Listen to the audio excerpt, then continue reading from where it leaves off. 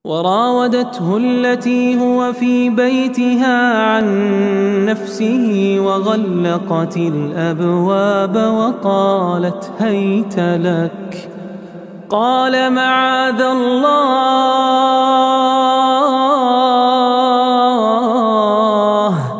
إنه ربي أحسن مثواي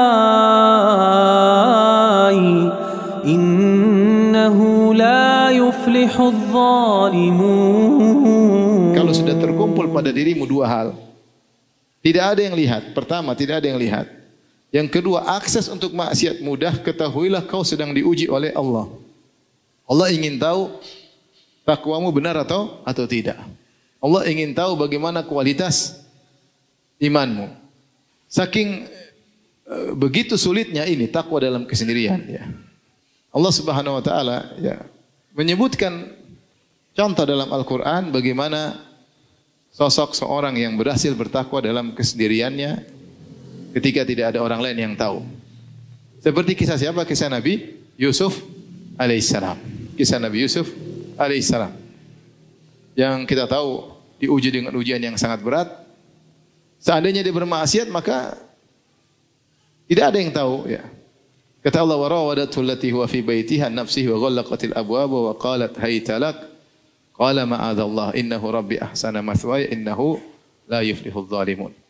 Kata Allah, dan wanita yang Nabi Yusuf alaihissalam tinggal di rumahnya, wanita tersebut Imra'atul Aziz, yaitu istri dari sang pembesar, mungkin sekelas menteri di zaman tersebut, ada yang mengatakan menteri keuangan, merayu Yusuf, ya. Wa ghallaqatil abwab, kemudian dia menutup segala pintu-pintu, ya, segala pintu tertutup semuanya. Ya. Kemudian wa qalat hayta lak, kemudian dia mengatakan silakan wahai Yusuf. Dan ini ujian yang sangat berat karena tidak ada orang kecuali hanya dia dengan siapa? Yusuf. Dan itu pintu semua tertutup. Dan sang wanita sangat cantik jelita karena dia istri menteri. Jadi Imratul Aziz yang konon namanya Zulekha ini sudah sangat cantik. Dan selain cantik, ternyata dia menghias dirinya. Dalam sebagian qiraah disebut wahitu lak, yaitu aku siapkan diriku untuk dirimu. Jadi dia sudah cantik, kemudian dia menghiasi dirinya dengan kecantikan.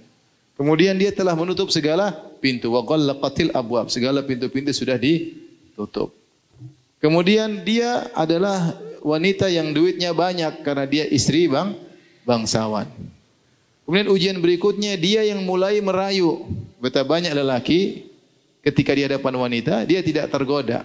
Tetapi ketika wanita yang mulai menggoda, dia mulai goyang, ya. Kemudian Yusuf alaihissalam dia juga jauh dari kerabatnya.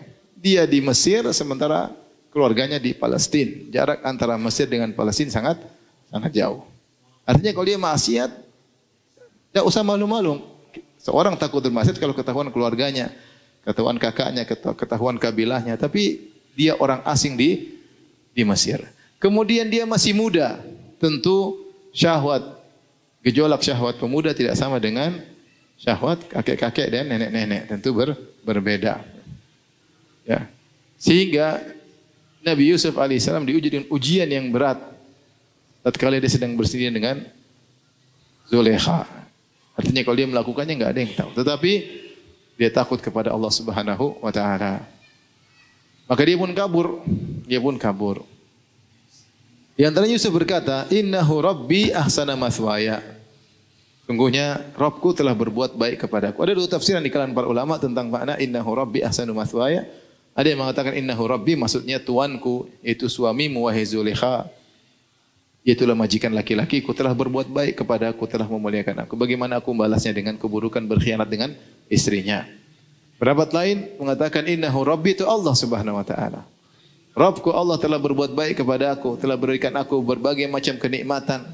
Bagaimana aku gunakan kenikmatan tersebut untuk berbuat maksiat kepadanya.